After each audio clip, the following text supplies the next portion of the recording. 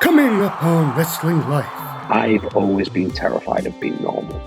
Don't know why, but just the idea of just being a normal 9 to 5 guy and no insult to anybody who does it, like, it just to me was, that's not the path I want to take.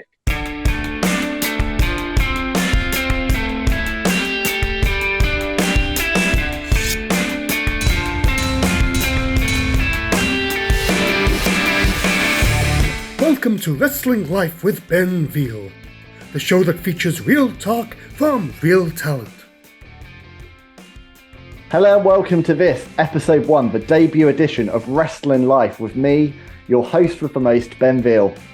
This is the show that dives deep into the real world of professional wrestling from those who have lived and loved it from the inside out. Now, I'm coming to this as a lifelong fan of the wrestling industry. I love the storytelling, the athleticism, the drama and the sacrifices that all make pro wrestling such a unique and spectacular form of entertainment and escapism. Joining me on this show will be many of the talented individuals that make wrestling what it is today, that have shaped its illustrious past and are defining its bright future. And this is episode 1, and we're starting out as we mean to go on with my very special guest, second to none, Nathan Cruz. Nathan, welcome to Wrestling Life. How are you, my friend? I'm good, thanks, Ben. Thanks very much. Well, I'm doing good now. As you know, I've recently been battling a spell of COVID again. So yeah. But honestly, this is the best I've had in the last 3 days. I'm doing good today. I think I got that shoulder up and kicked out. I'm doing okay. Well done. Yeah, on the 2 count. We were supposed to record this a few days ago. Both of us were feeling under the weather. But you know, we as valiant warriors, we've battled on, and here we are to tackle a podcast.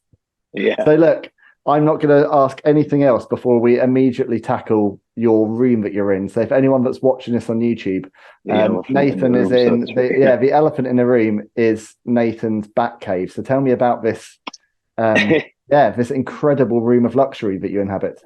Yeah, it's so toy collecting, specifically things from the 1990s, from my childhood. Just became a hobby of mine in about 2013. I started collecting the 1997 Batman and Robin action figures because it was a terrible movie. But the reason it was a terrible movie is because it was such a good toy commercial.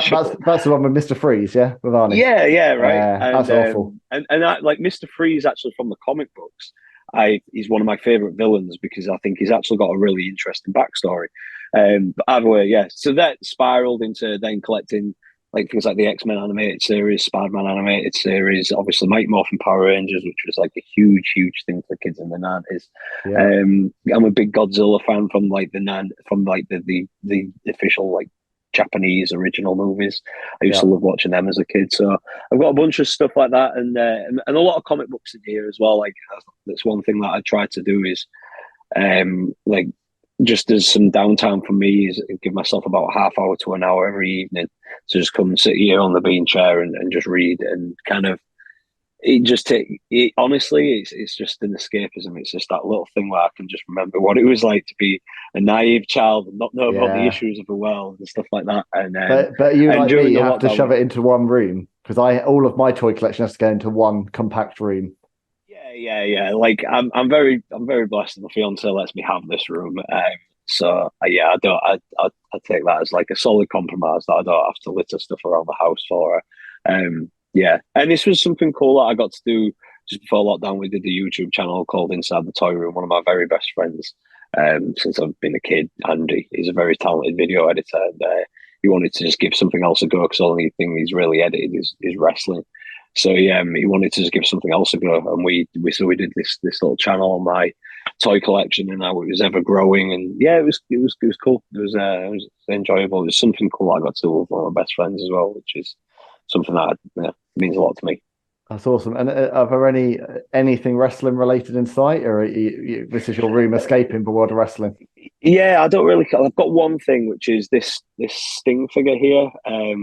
Just from the 1990 Great American Bash when he won the World Heavyweight Championship for Ric Flair. One of my favourite wrestling matches. Obviously, I was, at the time, I don't think I was born. I was born in September of 1990. But obviously, when I got into wrestling and I really started looking back on the history, like, that's a match that held up from being a kid to being an adult studying professional wrestling. Like, I loved that match. And so, my my closest friend, Matt Myers, he's been my friend since I was 7 years old. He got me that as a birthday gift. So yeah, that's the only wrestling figure I do have though, because yeah, like this was my hobby away from wrestling. Especially, like I say, when I got into toy collecting, particularly in 2013, that was at a time when wrestling was my full-time job. Like I was very, very committed to it. So this was my interest away from it, and it's always has been that. That's the thing that I just kind of, I've got a few interests away from it, I guess, but yeah, this is something that I definitely want to keep separate from wrestling for whatever reason. Even though wrestling was a big part of my childhood, I just can't tell you why I didn't want it in the toy room. No, I get it. What I love about that Great American Bash match from '90 is it's a great example, isn't it, of actually how you make a star. That was the rise of Sting, really, wasn't it? That was where it all began in many ways. I think he'd really cemented it with the one at Clash, where the time limit draw. But then, building it as like, this is your guy for the '90s, like, and Sting's just, for me, Sting's the greatest good guy in professional wrestling history. I just love him, absolutely. Yeah, a hero, man, for sure. Have you ever had a chance to work with him or meet him? Met him a couple of times. I met him when I was backstage at Impact in 2011. He was lovely, and I met him last year. I was at a Dynamite taping in Savannah with Cash, and yeah, because he had a great relationship with him. Obviously, there was both he and Tully was very, very polite to me, which is a huge thing for me, because I'd say Tully's one of the heels that I've probably stood the most and stole the most from. I even have a move named after him because of that. And then Sting's probably the babyface that's influenced me the most in my, like, what I try to do. And so that was a real cool moment for me. And yeah, they were both absolute gentlemen. Did you get a chance to tell from that? I didn't want to be, because I guess it's a weird dynamic, isn't it? As a performer yourself, I don't know whether is it respectful or is it a bit weird. I guess, yeah, but that's the thing. You don't want to come across too intense. The only person I ever did that with was Christian, and like just because, like, he's so good. He's so good, and I don't think a lot of people realize just how good he is unless you are a wrestler, and in particular working heel. Like, you see the things that he can do, and he just doesn't get, in my opinion, doesn't get praised enough for what he does. And I'm not saying that, like, me going up to him is going to change all of that at all. But if I can just be one of the people that would go out of their way to say, you're so incredible, you've influenced me so much in what I've been able to do, even on a much smaller scale than he has. But he was one person that when I saw him, I was like, I'll probably don't know if I'll ever get another opportunity to do this, and I'll regret it for the rest of my life, because he's again someone that I feel like at a crucial point when I was trying to find what Nathan Cruz could be to get noticed, Christian was somebody that I was studying a lot and taking things from. That I was going, actually, this is what, like, I see a lot what I can do here in what he does in the ring. And with his character and his facials and his mannerisms and how he delivers a story with his eyes in particular. Just someone that I was like, I've got to let him know at least. What I love about wrestling is it's never over until it's over. And you'd have written him off 10 years ago when he had to retire from wrestling. We're recording this in late 2023, and he's arguably having the run of his life right now in AEW. You'd so never have seen that coming 5 years ago. And that's what I love about this industry, is you can never count someone out, and you never know when it's over. There was a heck of a match. I think it was either 2020 or 2021, but it was him and Kazarian. And I just remember watching it. Remember that? You remember it. Like, it was so good. It was, just remember thinking, this is, how long they've both been doing it.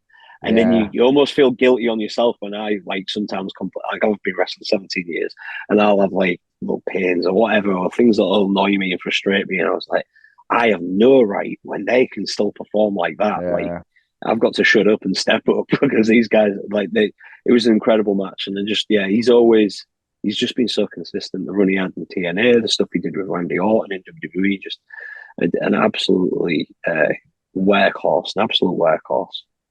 Well, look, one day I might get him on the show. But that's not Christian's day. Today is your day. Yeah. So look, let's ground it in your life, Nathan. So just a bit of introduction for anyone that's not familiar with your career and where you've been. You're almost 20 years now in the pro wrestling business, and pretty much in that time you've seen and done it all. You've held the Progress Wrestling World and Tag Team titles, held the New Generation Wrestling Undisputed Championship. You're the head coach of Evo Wrestling Academy.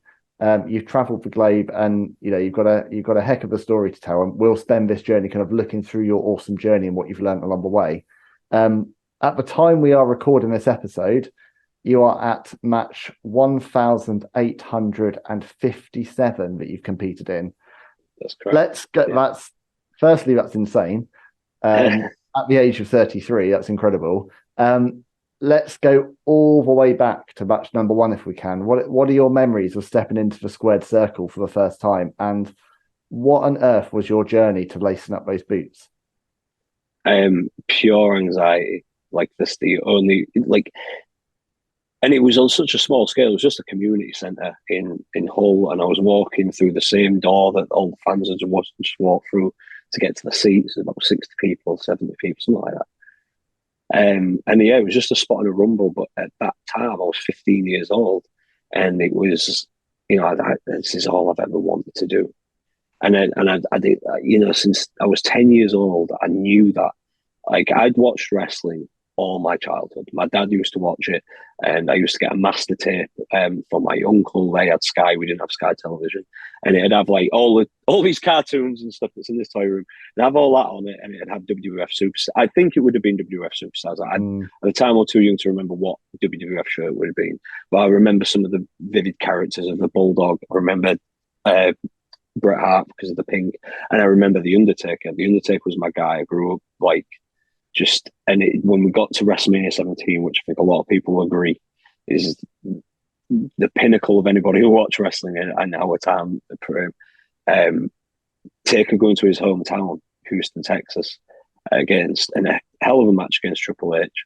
And I remember when after that match finishes, draped over the middle rope, the blood come down his head. He looks out at the Astrodome at like 60-odd thousand people in his hometown. He goes, "This is my fucking yard." And I can tell you that was the moment, like that resonated with a 10-year-old kid in Hull, England, to go, I can't be a fan of this. I've got to that. I need that. I want to do that. That looks like the best thing in the world. Like, that was it. Mind was made up. And so, yeah, it just became a process of trying to find a wrestling school. And we didn't find one until we were 15 when we found it, because we weren't training long, and unbeknownst to us, this was in 2006, so internet's relatively new. It's in its infancy stages, and it isn't easy to find wrestling schools or even research them. So when we get a flyer for a wrestling school, we're like, awesome, we just go. We didn't know that the guy was somewhat of a fraud, to be honest, and didn't necessarily train us in the right way, and definitely rushed us on shows so that he could save money from like the deal that he had with Haven. But at the time, and still to this day, I probably wouldn't change it because I don't know what the ripple effect would be on that. But yeah, you have all that emotion before you go through on that very first match. Like, all of that is going through your mind. Every teacher, that like Mrs. Vine, my form tutor from year 9 to year 11, but what are you going to do in the real world? This is my real world, bitch. Right? I just always remember that. And I had a great teacher in Miss Haley Buchan. She was great. She encouraged, like, I had a natural flair at acting and drama. Like, I was in our secondary school for a month, and they put me on the Gifted and Talented because of my performances in drama. And she encouraged me to do what I wanted to do. And she pushed me out my comfort zone by making me do things like Rock Challenge, which is more performing arts, but it awarded me an opportunity at 16 to go perform in Australia with the school, which was, you know what I mean, astonishing. Like, she was incredible. I can't ever talk about my wrestling journey without thinking about her, because she was so influential in saying, ignore them, kid. You do what I'm getting emotional thinking about her, because, like, if you don't have teachers like that, you might not do it. Like, at times, like, just hearing an adult's voice say that to you can be so powerful. And I try to, like, that's something I try to do now. Like I try to be that adult's voice to like any kids around me that like in my friendship circle or whatever. Like I want to be that person to encourage them to, because you do have so many of those teachers saying like, "Oh, what are you going to do?" And family friends, like just your kids' your mates' parents or whatever, all just laughing at you, and all that is in your mind. Literally, for me, it was anyway. At that moment before I'm about to go through, I'm just thinking of all that, and you go in, think you're going to be incredible, but you're 9 stone, you're 15 years old, and there's a lot of veteran wrestlers here. Where at the time it was okay, we're just going to leather you. I can send you some pictures before this, so I'll try and find these ones of the debut.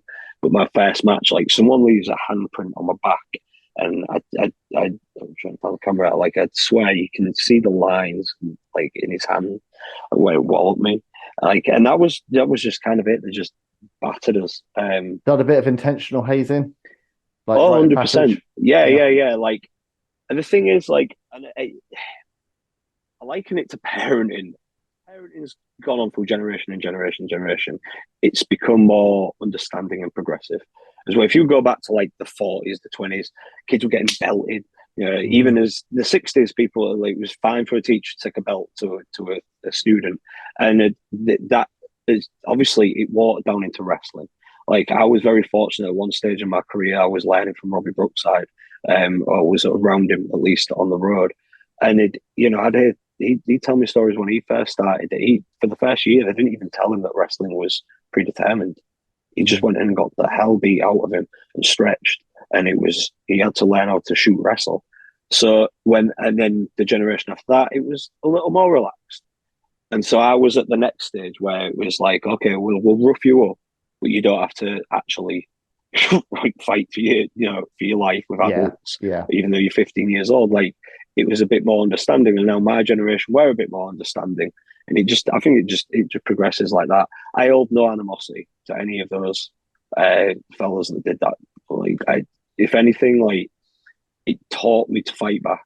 Like that was something that before wrestling, like I had scraps at school, but like I would say I would have been a bit more introvert. Like having to fight back against full-grown blokes, it teaches you, it toughens you up, and as life's gone on, I've looked at that as a very positive lesson.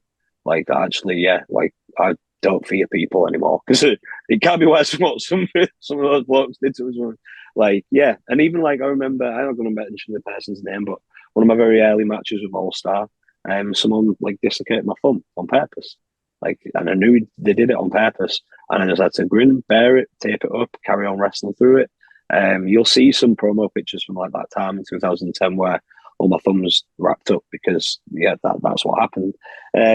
Do I agree with it? No, not necessarily. But would I change it? And do I think there was a lesson from it that I've been able to carry forward in my life?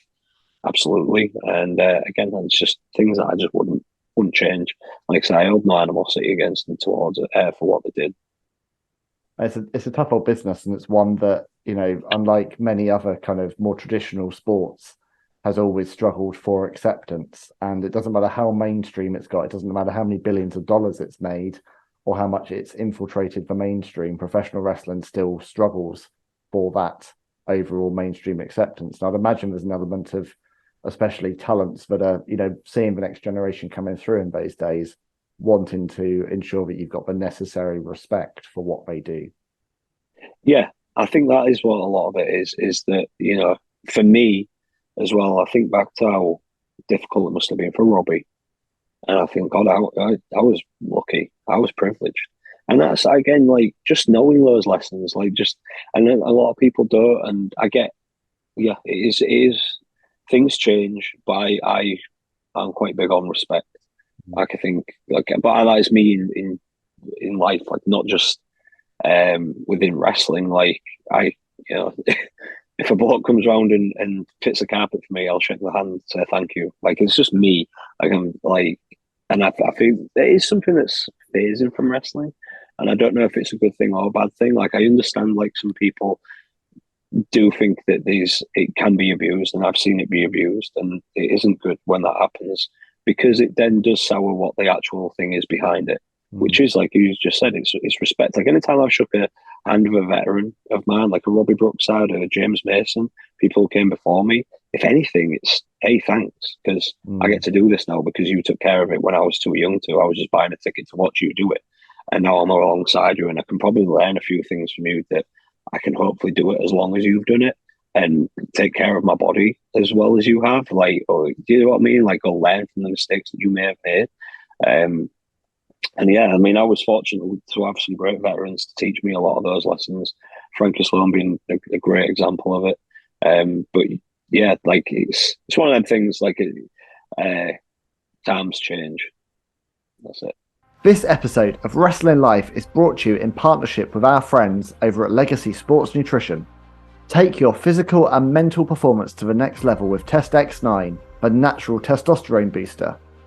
Clinically proven, Test X9 from Legacy Sports Nutrition is NSF certified, third-party lab tested, and made in the US of A. And it's brought to you by friends of the show, 3-time world champion Nick Aldis and 10-time world champion Mickie James. Nick developed and uses these products himself, so you know they work, and he shows you how over at legacysubs.com, with links to clinical studies on each of the 9 key ingredients. No bull, no bro science, just facts. It's time to level up your strength, energy, libido and drive now with Test X9 from Legacy Sports Nutrition. And if you want to really level up, go for the ultimate test stack, adding T-Assist, a pro-grade estrogen inhibitor and test enhancer, and the best-selling sleep aid Recovery PM, and discover why improving your sleep is the key to unlocking your mental and physical potential. So stop settling for average. Go to legacysubs.com now and use the promo code WrestlingLife for 10% off your entire order. That's promo code WrestlingLife. And if you subscribe to have it shipped every 30 days, you can still get the discount every single time. So head on over now to legacysubs.com and level up with Legacy. Yeah, look, it's an industry that's grounded in respect, isn't it? I mean, when anyone ever asks me why do I love wrestling, I always say that, at the end of the day, I find it incredible, the art form and the respect that goes into this, the ability to look like you are beating the living hell out of each other, and what you're actually doing is giving someone your body fully, risking paralysis and huge injury, and you're giving someone your full respect and trust in the ring to protect you. And there's nothing else like that in the world, and it's incredible to watch. And I've watched this for 3+ decades, and a good wrestling match with a great story will still reel me in. And even in the back of my mind, I'm always there, wincing sometimes when I know a move has gone wrong, or you can see someone's landed, and you've always got, as an adult wrestling fan, you've always got that connection. But and you can tell that a great, really competitive wrestling match with a good story told, you can still get that believability even with the knowledge that it's predetermined. And I think that's just such a wonderful art form. Yeah, it's suspension of disbelief. Like, that's what I always say to people, like, about how I view wrestling. Like, if I go to the movies, for example, like, I want to see Thor fly through the air. I don't want to see Chris Hemsworth on strings, right?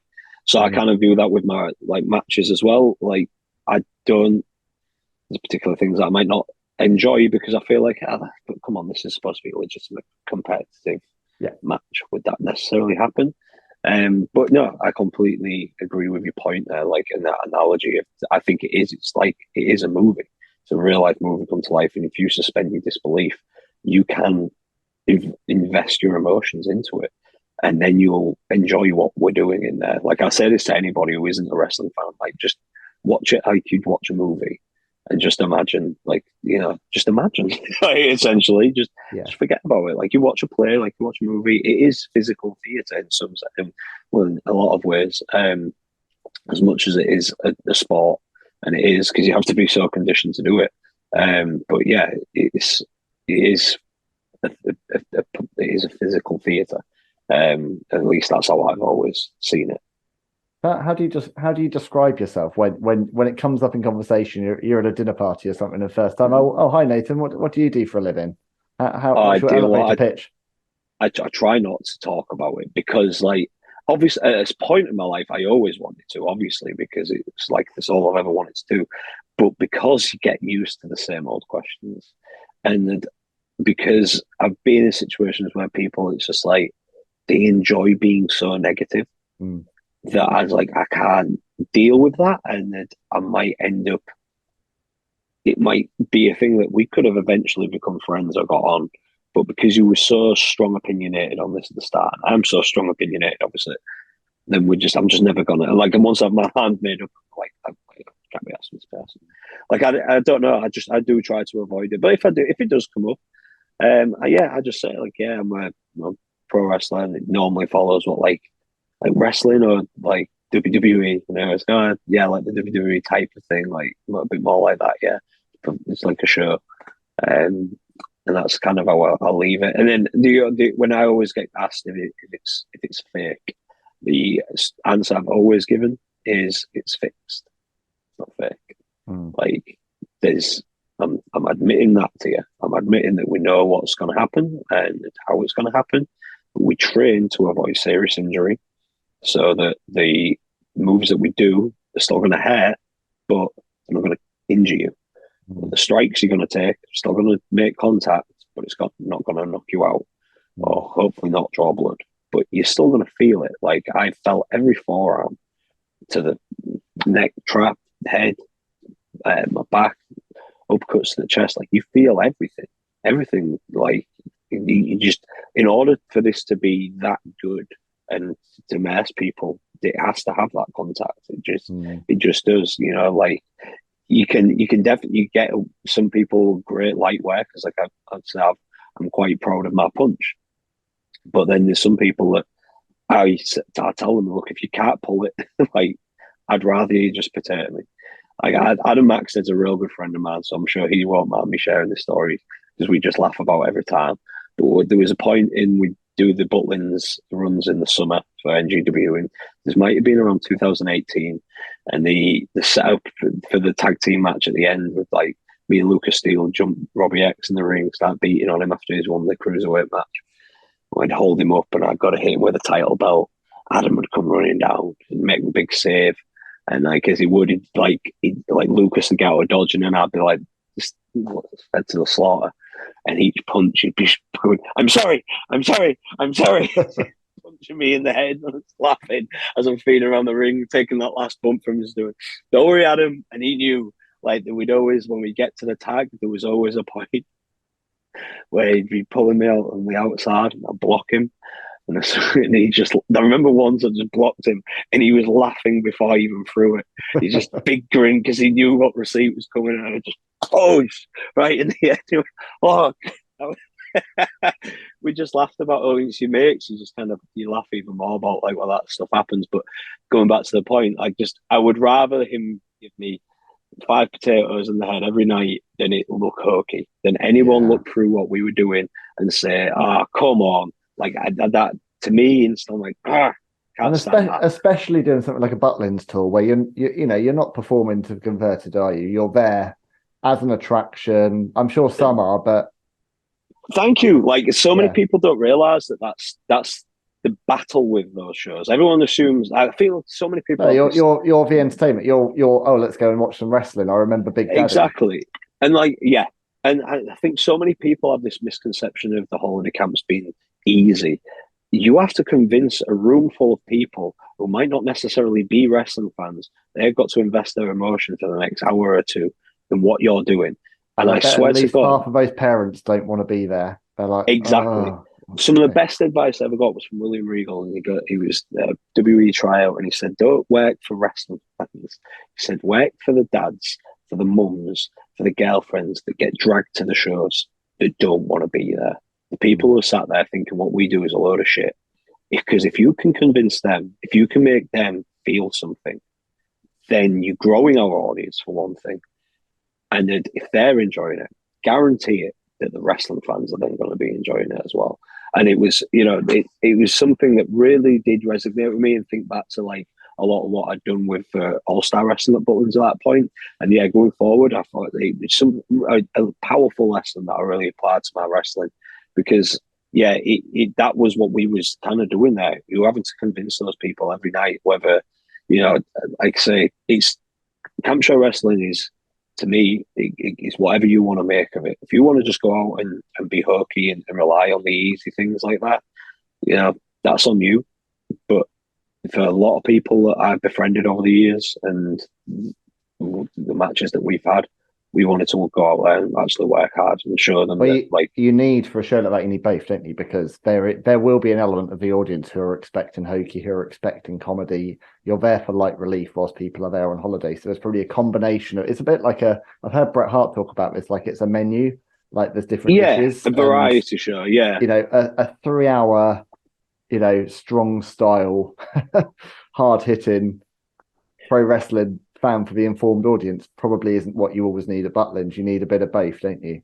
Oh, yeah, and you would never give them that, but you could give them competitive match still. You could go out there and literally give them like a good back and forth, just understanding how to build it a bit differently to how you would on the Progress or somewhere like that. But honestly, I do look at those matches sometimes that we had and think, and especially like I remember the one me and Cash used to have. We're going back 10 years now, but like I would happily still like put that on there to this day. I mean, it helps that he's so good, but like we used to do that everywhere. And yeah, there might be a few things that it might be like, he might be doing the USA, I might be doing England, but other than that, like we were working, and like that was the thing. Like this can be fun, and we want it to be fun. But we want to work hard at this, and we want to learn from it and grow as performers and be proud of what we do out there. And if even if it's one or two kids that just go away from that holiday camp, like I saw this wrestler, Nathan Cruz got to beat. He was Stephen Walters at the time. He got to beat Stephen Walters, the big bad American or whatever. And then remember that, like again, just takes me back to being that 10-year-old kid watching Taker, going, I want to do this. And if I can make someone else do that, like, we had, I'm rambling, sorry, but we had a great time doing those matches there. Like, it's just something that always, like, sometimes gets brought up and goes, oh, camp show wrestling. I'm like, but actually, do you know what camp show wrestling is? And when was the last time you seen it? And where did you see it as well? That can also be a big factor. But no, it's not. It's an uphill battle. You've mentioned Cash a couple of times. I know you guys have got a very long-standing friendship. One thing that I've heard quite a few people within the wrestling business say over the years is that you're incredibly lucky if you can walk away from this industry with, one handful of good friends. From what you've kind of told me off air and stuff, it seems like you're bucking that trend, because you seem to have built up some very strong, long-standing friendships throughout your career. Who are those friends that have kind of kept you through the ups and downs of this crazy business?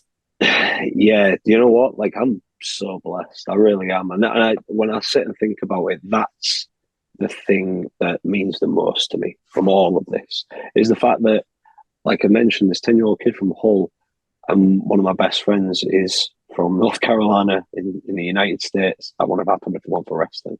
And that's just, it's mind-blowing to me. But like, we met like in 2012. He came over from Brian. And at the time, we didn't really wrestle that much, but he'd heard of me because he'd seen me in like a magazine that he got out there. Was it for All Star Wrestling? Yeah, it was for All Star, for Brian Dixon. And then I got to see him work, and I was like, oh my God, he's good. Like, and like at the end of that summer, like we were saying goodbye, like got to hang out, whatever. We think we'd done like one thing in a multi-man match. And then he was like, oh, next year we actually get to work some singles and get to do something. I was like, mate, me too. Safe journeys, whatever. Anyway, he came back the next year, and that year I was having a break at NGW. I'd been their top bad guy for a long time, and I was on the verge of turning, and then was going to have a hiatus where I was going to be gone for a period of time, about a year, 8 months, something like that, and then I'd come back as a top good guy. I knew I had a weak point as a wrestler at that time.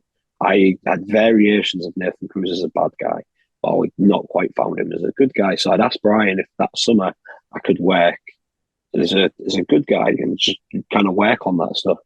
And Brian said, Sean, we've got plenty of Americans coming over. I was like, oh yeah, cool. Like there was, you and Walters wanted to do a bit, didn't you? Yeah, actually we did. So then he found ways to put me and Dan either against each other or in tags against each other. And he brought John Skyler over with him that year as well, and who, again, became a great friend of mine. We just bonded that summer. Like that whole team was incredible. I remember him as Houston Bravado. I still remember him as Houston Bravado, and he's in NXT doing the Chase University thing. I always forget his last name in NXT. But it's Chase. He does the Chase University in NXT. He was over as well at that time. There was just a really good team. We still had Frankie Sloan around. We still had all these different people like from All Star that were just characters, and it was such a good summer. Like everyone was working hard, and we all just bonded. But I just remember in particular, like Dan, John, and I it just hit off. You just knew, you know what I mean? Like, and the big thing for me though was when he got signed. Like I knew he was going to get. Like after I'd wrestled him, was like, I think I put up a thing saying he's one of the best wrestlers I've ever been in the ring with. And he really was. And I remember when he did get signed, and normally that's the sign of when you see how people are, like how success changes them. And he made it more of a point to stay in touch. Like he'd just get random WhatsApps from him or whatever, and I was like, that's cool, Dan. And then like when he'd come over for NXT, he was like, right, we've got to hang out. Like, he would make, like I've seen that guy not sleep just so that he could hang out with his friends. Like, and just thinking, and then he'd go and wrestle again the next day and have an absolutely amazing match on the NXT tour. And I'm like, wow, like, yeah, there's a measure of a human being. And then just over the years, like, man, he's had my back so many times. Like my first tour of the United States, at that time was when WWE were very interested in me. Like I'd had a few tryouts, done a couple matches for them. But like, and I'd done this tour of the US that Sammy Callahan had graciously set up for me. And of course, got to hang out with Dan. We went to Universal, did a bunch of cool stuff together. And then there was a thing about, I had to do NXT, I had to get a medical. And then we finally get there, and I was told, there's probably not going to be a chance today. And I'm like, it is what it is. But Dan wasn't accepting that. Dan went and found out that the spot against Elias was from a local extra in Orlando. So he went up to Bloom and says, look, like we can use this guy for the next set of tapings. Nathan flies home in 3 days. I'd really appreciate it if you give my friend an opportunity. And Bloom said, well, if he fucks up, it's on you. And Dan just said, yeah, sure. Like, and that was in 2016. Like Revival were doing good, but they weren't the FTR we know today, right? And they're not even on main roster at that point. And he was willing to put his neck out for me there. And like, yeah, just there's a ton of examples that I could probably give, but that's like obviously that's one that comes to mind straight away. But in particular during the lockdown, how tough that was for me, because obviously we can get into it, but what later happened with my WWE medical and things like that, which cost me my contract. And then when the lockdown hit and wrestling was taken away from me, and I was really starting to struggle with it, he would, we FaceTime every so often and catch up, but he would FaceTime with me more regular. He'd want to check in with me.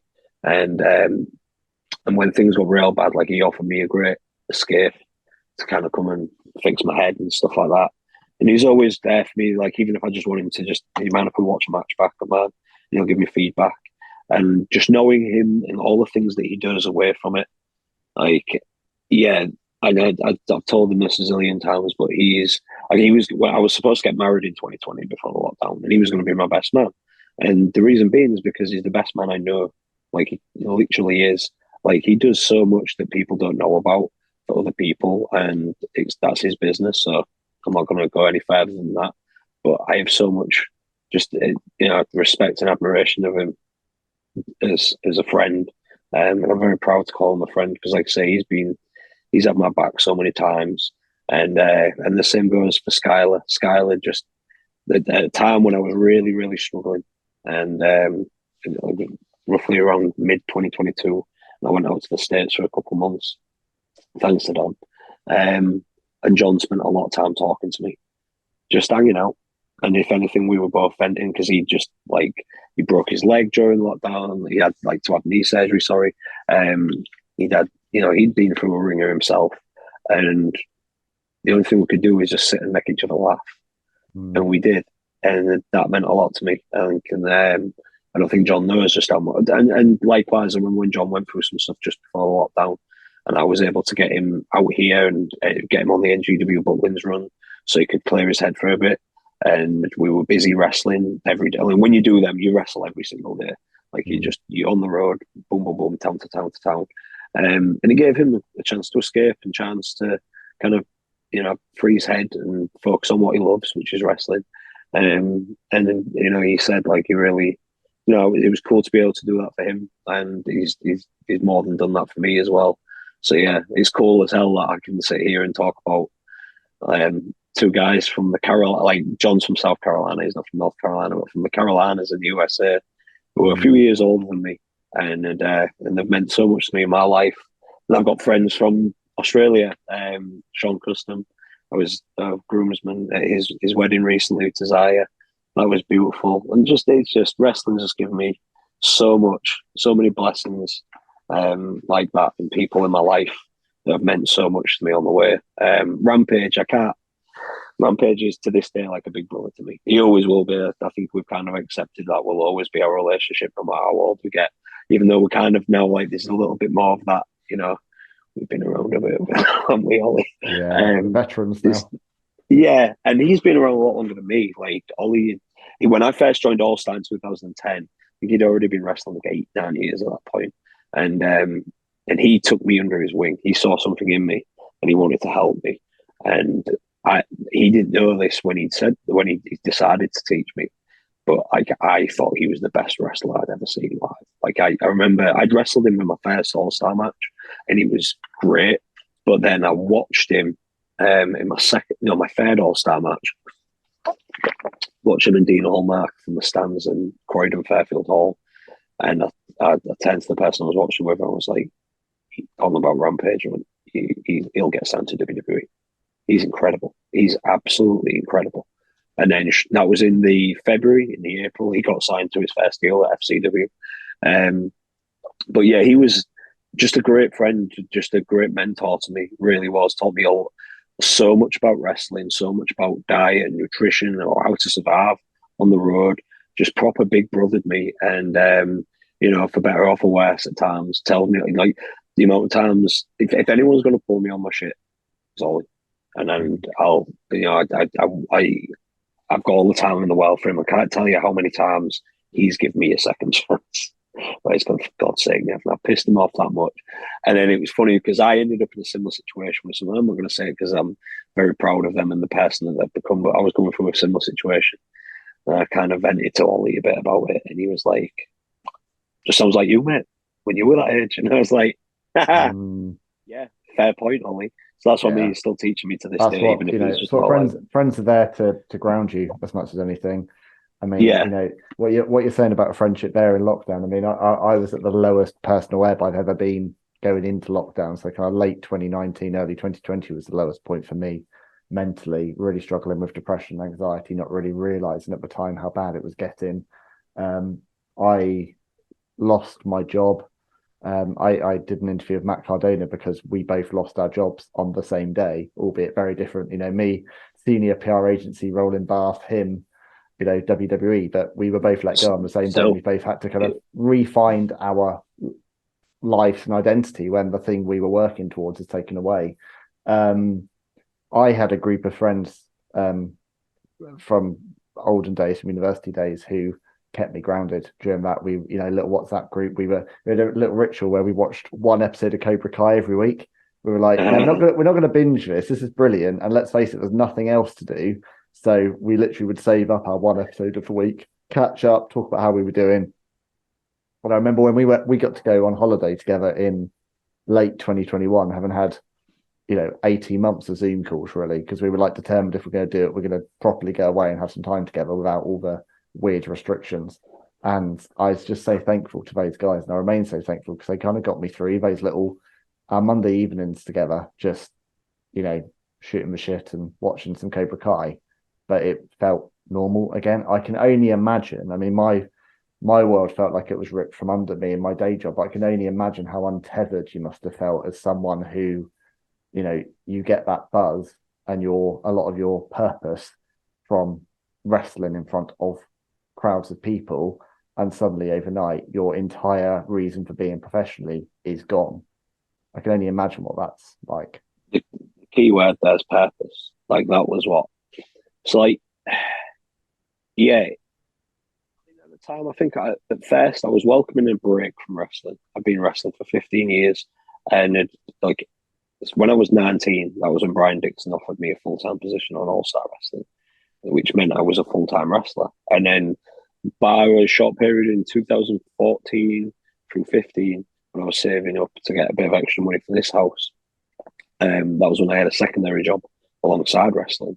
And then shortly after that, quit that, went right back to wrestling full time. We'll get to the WWE thing. That happened at the end of 2016. And then I was under a guarantee contract with NGW from 2017 right up to the pandemic. Like they paid me. But I say NGW, it was like an umbrella of a few promotions that they worked alongside with. But it gave me a guarantee sum of money every month so I could budget for my house, for my life. And yeah, that was, God, so lucky to have that for British wrestling as well. Like they were champions for even doing that. But yeah, then that I had, like I say, I had some frustrations taking place. That was kind of like, right, at least there's a break here. But it was when that break stopped, and then I was like, actually, I don't know if I want to go back to wrestling. I don't know when wrestling's going to come back, and I need to pay bills. And I'm a self-employed pro wrestler, so I had to all of a sudden, like, I learned what it's like to wake up and go, fuck me, I've got work today. I've never felt that really. Like I had that secondary job at that time because I was using it to get a house, to pay for a personal trainer, to afford a car. At the time I didn't have my car, so it was everything that was still I could apply to wrestling was the means to it as well. Now I'm just doing it to make sure that we can eat and pay bills.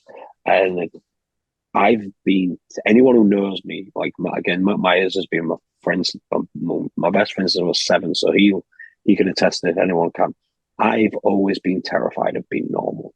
Don't know why, but just the idea of just being a normal 9 to 5 guy and no insult to anybody who does it, like it just to me was that's not the path I want to take. I want something else, and so to be kind of like forced into that as well was a struggle. To like, thankfully, I had great people around me. There's a bloke at my gym that I've been friends with for years called Banter Keith, and it turns out he's been a painter and decorator for 18 years. So he was like, look, what if I take you on as an apprentice, but we'll just split the money 50-50, which he didn't have to do. Amazing. My gym, Metro Gym in Hull, love those guys. They took great care of me, giving me shifts there. Like they needed people behind the counter. I went 24/7. I worked a graveyard shift. A graveyard shift was awesome because I knew when I could train at a certain time. I'd have the entire gym to myself. I knew when certain clients were coming in, and Simon would just be like, "Look, do whatever you have to do to get through it. As long as the gym's clean and the customers are served, I don't care." So play my music. It was a good time. Like he helped me out, but like a lot of people. But I just had no stability and I was terrified because then I also didn't know what I was going to do. Like I'm like, if I don't wrestle, what do I do? Like I don't enjoy much else. Like I love animals, but I could never be a vet because I could never put a dog to sleep. Like I don't know what I want to do. Like that's the thing. Like that was the scary thing is like away from wrestling, I don't really know. And I'm 33 and I'm still figuring that out. There's never been a plan B.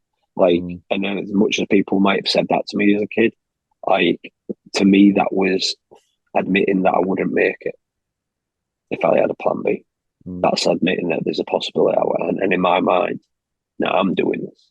Like I've made it up. And I've made it up in my mind. And I'm a big believer in manifesting the things you wanted. I just had a few distractions on the way and bad karma probably. But yeah, I fully believed in this and that was all I wanted to do. So when that was taken away from me, and then the reality then of when I was getting them jobs going, if you did not fail that medical for WWE, this would have been very different. And that was when that hit me. Because the initial year of it after in 2016, so it was 2016 I failed the medical for them when they offered me the NXT UK spot. And then 17, obviously, brutal. like just trying to get through that year, just with that on my mind, I slumped into a real bad depression where I was abusing alcohol and tramadol, and that was going to help my blood pressure, but I couldn't sleep. I'd go away and wrestle, and that was awesome because I'm getting to wrestle, and I'd come home, and I kept this even from my fiance, because I couldn't sleep, I'd just stay downstairs and abuse these substances till I felt to the point where I'd go, okay, I'm gonna fall asleep. So then I'd get myself into bed and just pass out because it was the only way I could deal with it, and it's awful to say. And it was getting real worrying. I know it was getting real worrying. I was getting concerned about myself, but then I kind of I had a big match at the end of that year, a cage match at the Hull City Hall with Matt Myers, and we sold it out. It was like over 1,000 people. Wow. Remember when I said take? I looked out, said it's my fucking yard. Yeah, man, that was it. And I got to have one of it's on YouTube. You can check it out. One of my favorite matches I've ever had because NGW is a very family friendly product. We're not allowed to bleed, and I was still adamant. I'm going to tell you the most incredible emotional story. I want to have you gripped for all of the drama that we want for it. And there's nobody I have chemistry like it with Myers because we've grown up together, backyarding, watching this, dreaming of this. I just have an unspoken chemistry with him. And it was just a brilliant match. And then that was also around the time that I got a message from a gigantic athlete called Lucas Steele who said he wanted to really pursue wrestling. I could see where I could put my passion now and again have purpose. And going into 18, that was what helped me, is because at NGW we was bringing in a lot of good young talent from around the country. There was a young Gabe kid, Amir Jordan, Sid Scala.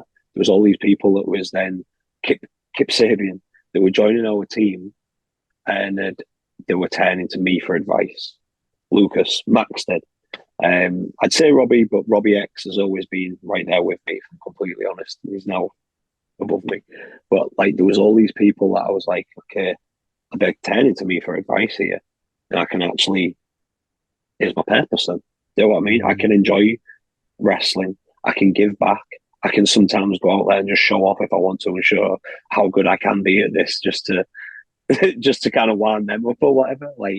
It was a great time. And then we got WOS with ITV, as ill-fated as that ended up being. It was just another, hey, you're still good at this, and you still get to do some really cool stuff. And I just kind of rode that momentum into 2019. And then when the pandemic hit, and like I say, that cooling off period where I was like, I welcome the break. And then after that, I was like, damn, oh God. And then that was when everything from 2016, failing that medical, not getting to NXT UK, not going, the biggest punchline of my life being you've always wanted to do this, you believed in yourself, you fought for everything when people would tell you no, and then in something out of your control, just one sentence. I'd done my promo videos, I'd done my photo vignettes, and then I've even wrestled a couple matches for WWE at this point, and then one sentence, I'm sorry, Nathan, but you've got high blood pressure, you need to go calm down, otherwise we can't clear you. And then that was it. Within that sentence. And then as the weeks went on, I'm like, yeah, that was just in my mind then. And then all's what I could focus on is the only thing I ever wanted in life. I've fallen short of it. Your goal was always WWE, to become a WWE superstar. And then that was the other thing. When I was growing up, I was a big WCW fan as well. But obviously WWE won that war, and I knew I'd catered my wrestling style to WWE. I know I am. I'm a sports entertainer. I know that's what I do because that's what I grew up enjoying and what I wanted to be. So I'd catered all of what I do. I put all my energy and sacrifice so much for that moment, and then just gone. And there was nothing. It literally did. In that sentence, after that, things just watered down, and it didn't really. And it was just having to deal with that after was the worst thing, real dark. And when I went And this went carried on all the way up to 2022 when I went to the States for a couple months there. Dan had kind of offered me an escape. Now I'd met Dax like once or twice when like Dan would have come over with NXT. Like he did randomly remember one that summer 2018. He had this most random tour WWE put him on, and one of them was Wembley Wembley Arena on a Wednesday evening in the middle of August. And he just texted me. Wednesday was my day off. On that point, he'd wrestle every day, but Wednesday he was like, "What are you doing tonight?" So I just jumped on the first train I could, got to London and hung out with him. But I'd met Dax then. I'd met him a couple of times, but I never spent a prolonged amount of time where we got to really know each other. But when I was there I was going to Nashville with them for that weekend. There was like a big wrestling con on, and they was doing New Japan Strong. So I just met. I had to drive and meet Dave, and we drove there from North Carolina all the way. Well, he drove. I was in the car with him, and he drove all the way from North Carolina to Nashville, and so it was like a 5-hour journey, and we got to just talk and get to know each other, and he gave me some really life-changing, I guess, advice, but almost perspective is probably a better word to choose. He said, because I told him, like, if I've got this cut-off point in my mind when I'll probably stop wrestling. And he said, look, if you get to that and you can look back on this career that you've had and you can at least say that you believed in yourself and you were good enough to get offered that contract. Said, how many people from whole England who are 5'10" are going to get to say that? And then on top of it, you get to go home and take care of this woman that stood beside you through all of this. And she stood, when I've been away, like, I went and saw Dan, like, in the middle of the summer, right? And I would be away for 6 weeks and all that type of stuff. Like, she's always supported me through everything. I had to cancel our engagement party because I was doing extra work for WWE. Like, there's countless things that she's put up with. And I was like, yeah, you know what? Ain't bad, is it? And like you mentioned this, like, it's cool that I even have like these things that I've been able to provide for not just myself, but for my partner, for my friends, my family, from independent wrestling.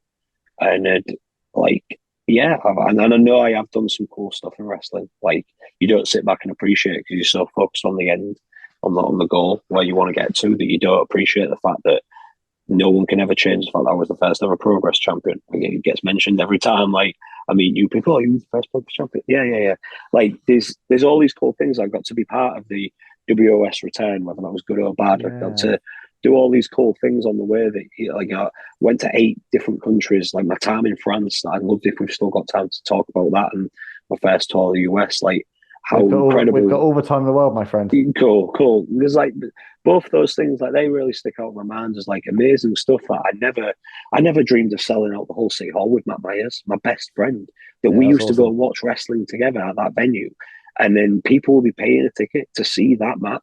Like, that's incredible. That's proper full circle, like, isn't it? Full circle fandom.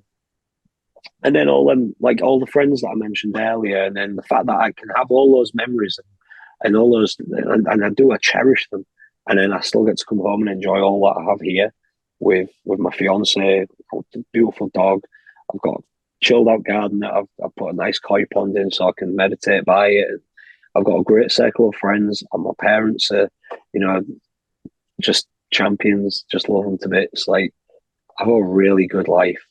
I've got no reason, like, and this is me in that moment thinking, I've got no reason to be this miserable. Like, I've got friends like Dan who has just done this incredible opportunity for me to go out there and fix my head and be there for me as a friend. And I've got all these memories from wrestling, and then I've got all this on top of it in my private life. Like, life's good. Like, I need to fucking realize that, and I've become so much more grateful. I'm so grateful to him for just dropping that on me. And I don't think he realised that I hope he did realise at the time. Like, it really did. It rewired my brain, because, like I said, I was always afraid of being normal.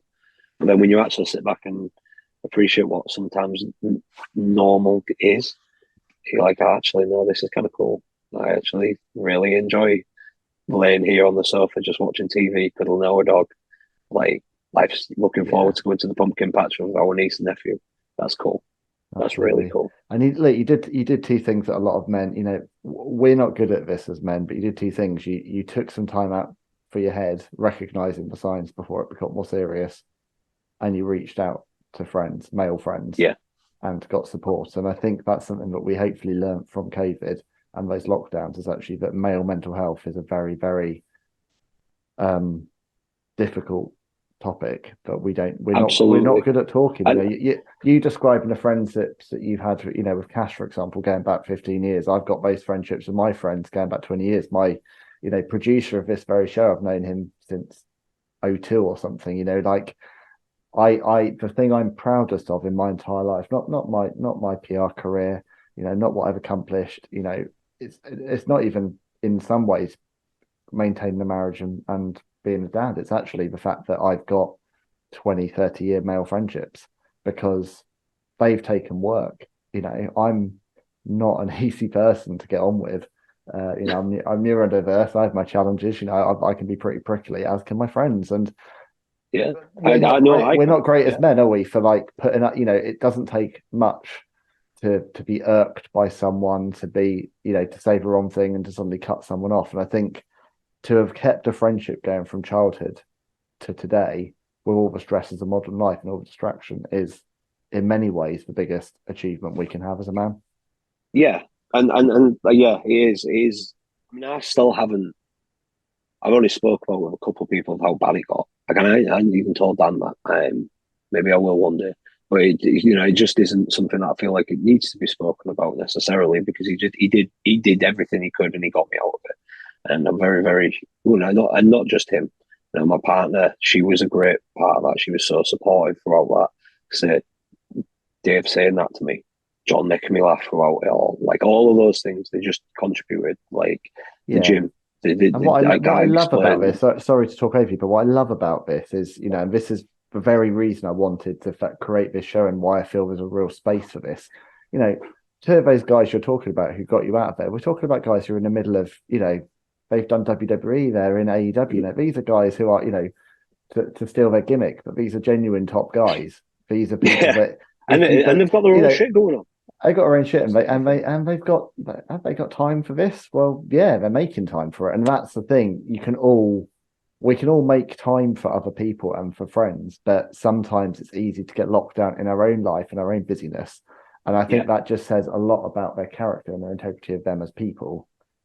well, I'm Same glad same that. with John Yeah, Skyler, but they're, if that, that's why I they've, like telling them stories, is because I feel like, it's particularly when they had their heel run and I they was were going to say, so good at this getting this under people's episode skin. this episode is doing their next hill run no favors whatsoever, is Well, it? yeah, Let's be like they honest. were so good at getting under people's skin, and like I think people would have this misconception of them. I'm like, yeah, you might have caught one or two of them on a bad day. Like you said, we can all be prickly at times. We can Mm, all have bad days, but they are two of the most genuine human beings that you have ever meet in your life. Like, and if you're a friend of theirs, then they will, in my experience at least, they'll do what they can to help you. And I know, like, I'm not the only one. Like I say, like, as particularly with what I've seen Dan do, and he just, like I say, he inspires me every day to be a better mm. person. Like, he's the reason that I changed certain habits myself. Would look at, and I applaud him even more, because he became a good friend of mine when I was a bit of a prick, when I was Yeah. difficult to be around. Like, and I look back and go, I don't know if I'd befriend me like Dan Yeah. did, and And I've said, look, I've said the yeah, same to some of my friends. I mean, I'm a lot nicer than I was 15 years ago. I sought help. I get myself now. I know what I need to get through life, and I think I'm a lot nicer and a lot more giving than I used to be. But gosh, some of my yeah, friends really went through the rigor. They that's the they thing. You they had just to put did. up with a lot, and I don't know why. To be honest, I'm not quite sure what the redeeming qualities was that kept them. One of the things was being tethered by wrestling, though. On a serious note, I say this Yeah, to my wife, who has little but contempt for wrestling, but I think she also recognizes how important it is in my life. Like, as in, some of my best relationships and friendships have been tethered by every year I'd host WrestleMania. We'd get together. We might not see each other for a full year. We'd get together to watch WrestleMania. You know, we'd go to events together. We'd WhatsApp each other about, have you seen this latest person who's been released or whatever's going on? And, you know, all of that at the end of the day, it's the same as people who follow football, or whatever. It's the social glue, isn't it? You start off with, oh, did you see this promo?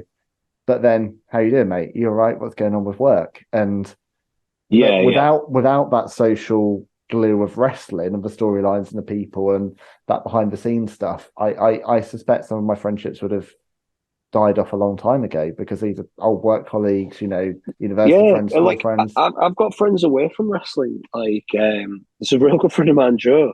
I actually met at that job that I had for a brief period, and I just he was a wrestling fan, and unbeknownst to me at the time, but he was kind of, when I walked into the office, because a friend of ours who was a wrestler, Dara Diablo, he was the manager there, so he got me the job, and like he was like, Nathan Cruz, like I didn't know that at the time, but like. Which is so funny now, because our banter between us is ridiculous. Like, how we talk to each other. Like, he just became one of my good friends. But like, it was wrestling that started it, and it's still one of the things that we probably speak about the most is wrestling references. And like, we're both big fans of Click This, the Kevin Nash podcast.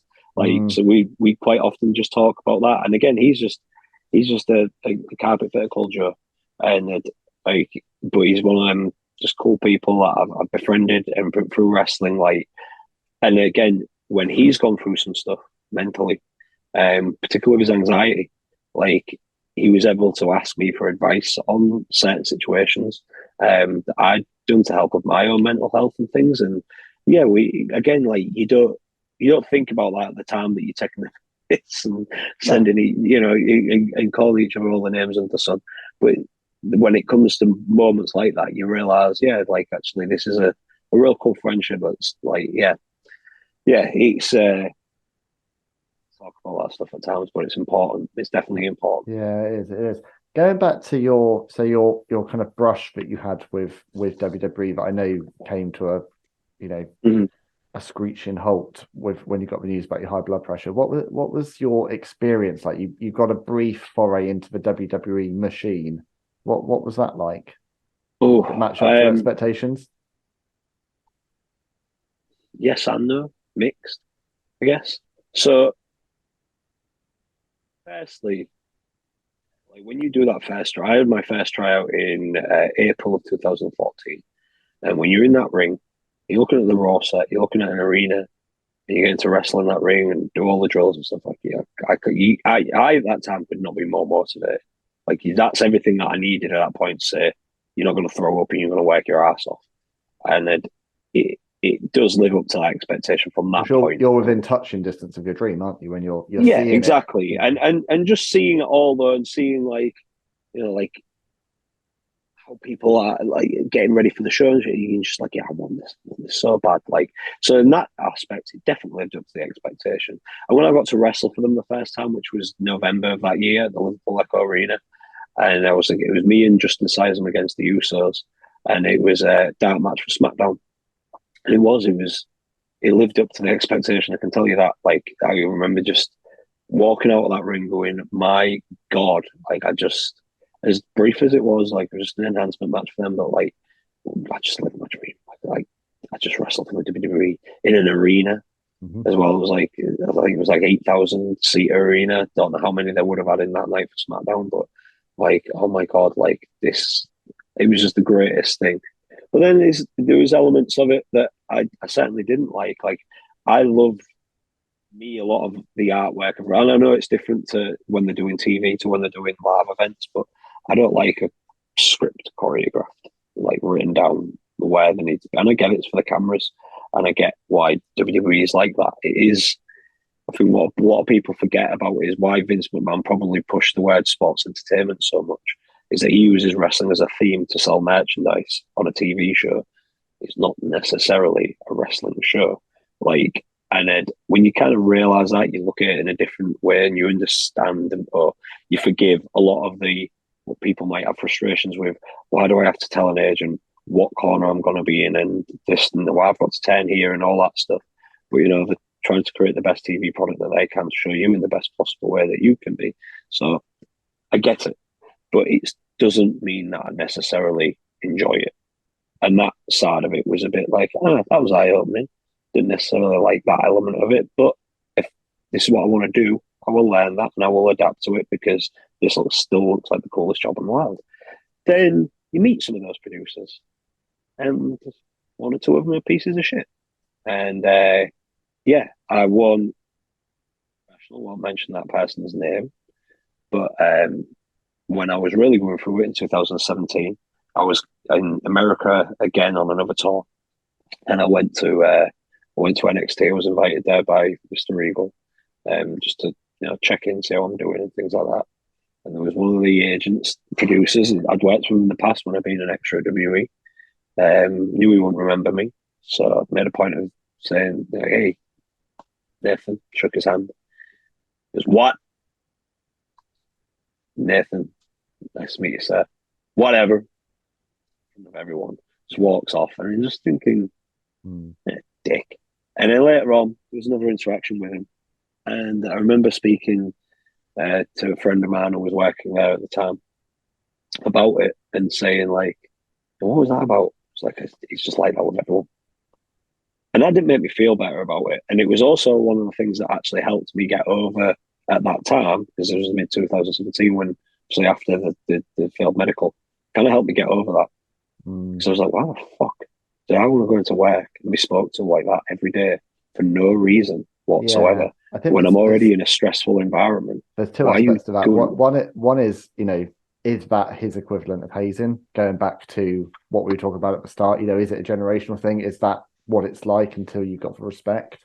The other thing is, you were talking about kind of when you spiraled thinking about where your life could have been, but you don't know what your life could have been, do you? You don't know how, if you hadn't had that news about with WWE, you don't know what it would have led to. You don't know what that experience would have been like, whether your relationship would have survived. You have no idea whether COVID, you would have been in the raft of releases. It's very easy to see a life unlived, isn't it? And think, if I would have made it and I would have lived my dream. But so many people get signed to these major promotions, and for whatever reason, it doesn't happen for them. And that could have been you, for no fault of your own, but that could have been your story there. Yeah, and all those possibilities was like you say, that went through my head. But yeah, it was.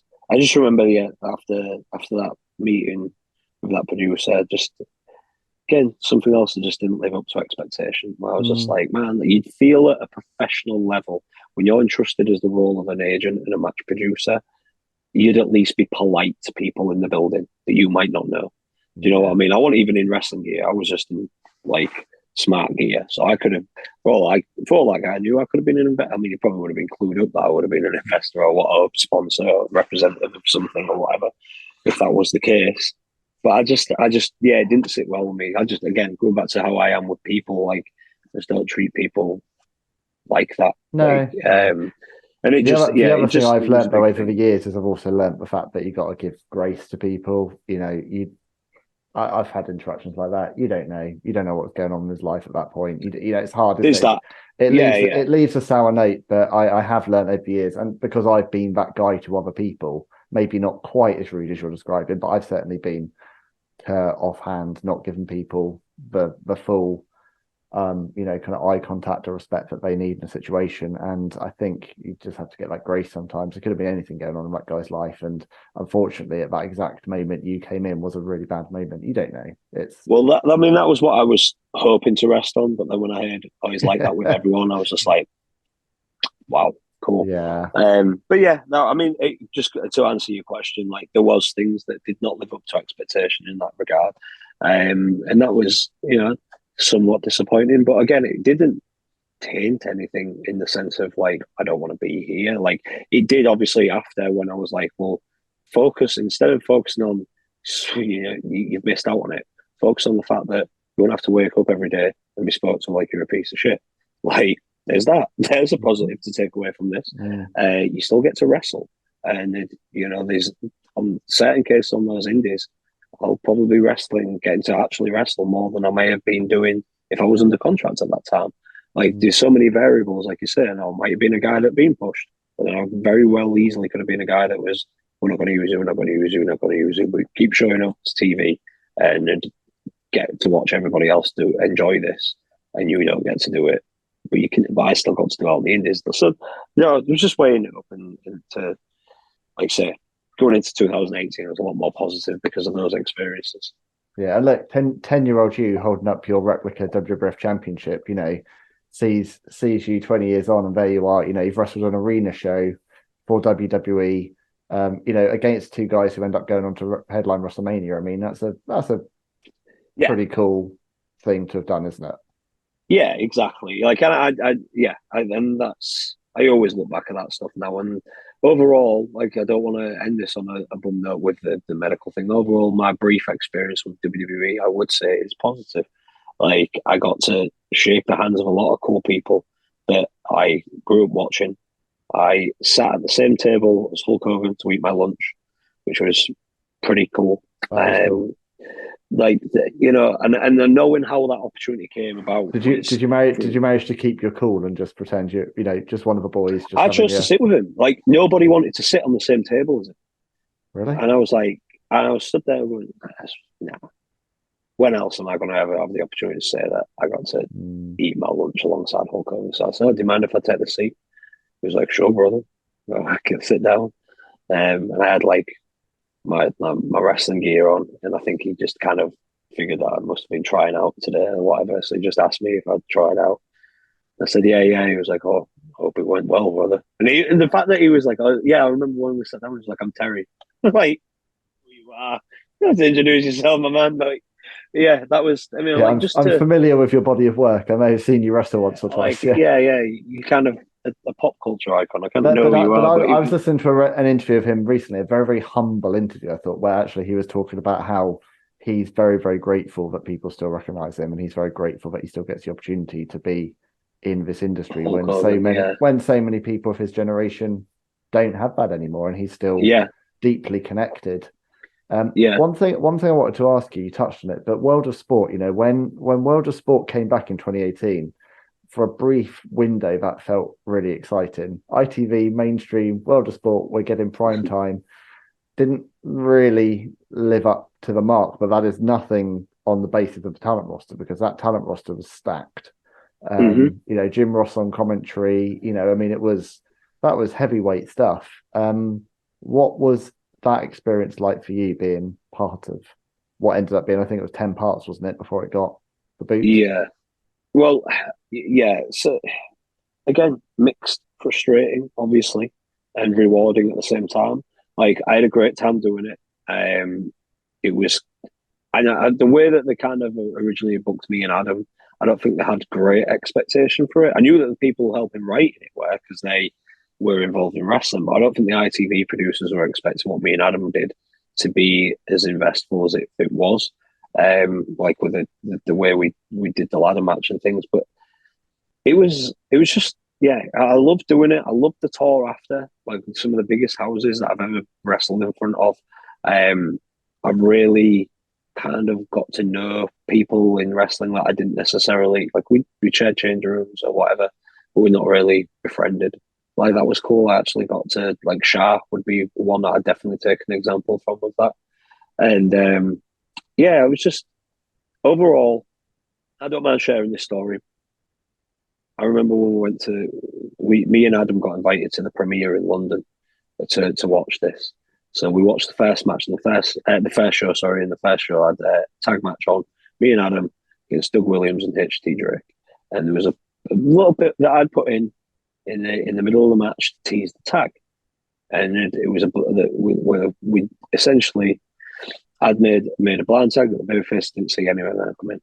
When they edited it, they just cut from one thing to another, and now I was in the ring without making a tag, and I was like, what the fuck? And they'd cut out all the T's to get to it. Now, the editors sat with me, and after the match finishes, what do you think? Do you want my honest answer, or do you want me to tell you just it was good? Which probably like me not being able to control my temper. And I said, you've just butchered that match.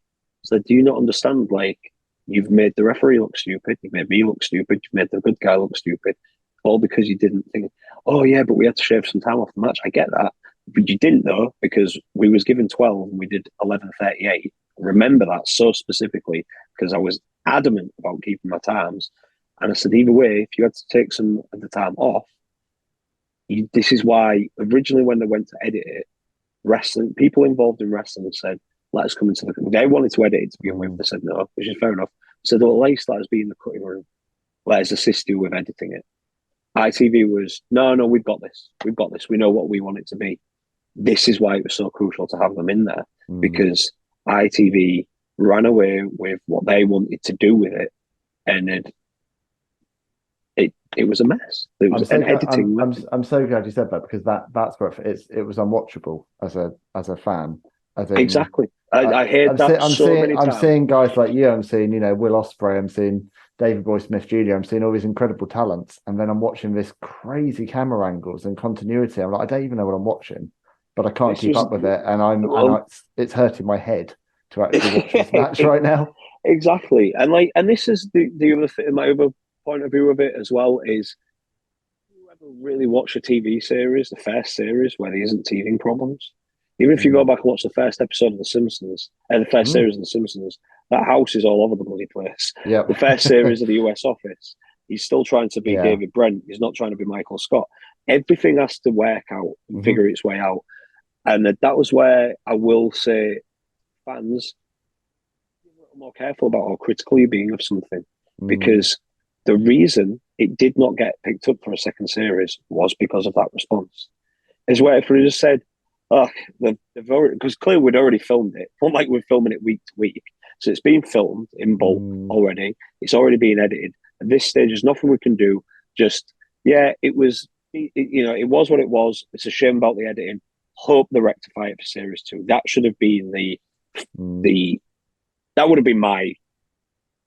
But as I think wrestling fans are our own worst enemies. I mean, a big driver for doing this podcast and this show is to put some positive stuff up there, put conversations like this out there, but not to. I have no interest in feeding clickbait headlines. I'm no interest in the dirt. I had this conversation with Nick Aldis when I spoke with him. I said, in the last couple of years, I've distanced myself from any wrestling news sites, and I've tried to just watch the product without any spoilers or knowing who's coming. And I've enjoyed the last 2 or 3 years run so much more as a fan, because I feel like I've got back to being a kid. Like, it's impossible. Yeah, just being a fan. And I hate when I see spoilers. I hate when I see someone arriving in the show that, and I see it on a YouTube thumbnail or something, like, oh, that's just ruined a moment for me, because I try my hardest, and I will continue to try my hardest, even whilst running this show, to not. I don't want to know the back scene stuff about who's fallen out with who and who's had a fight and who's been released, because actually I want to just enjoy this wonderful escapist product, which brought me joy when I was 8.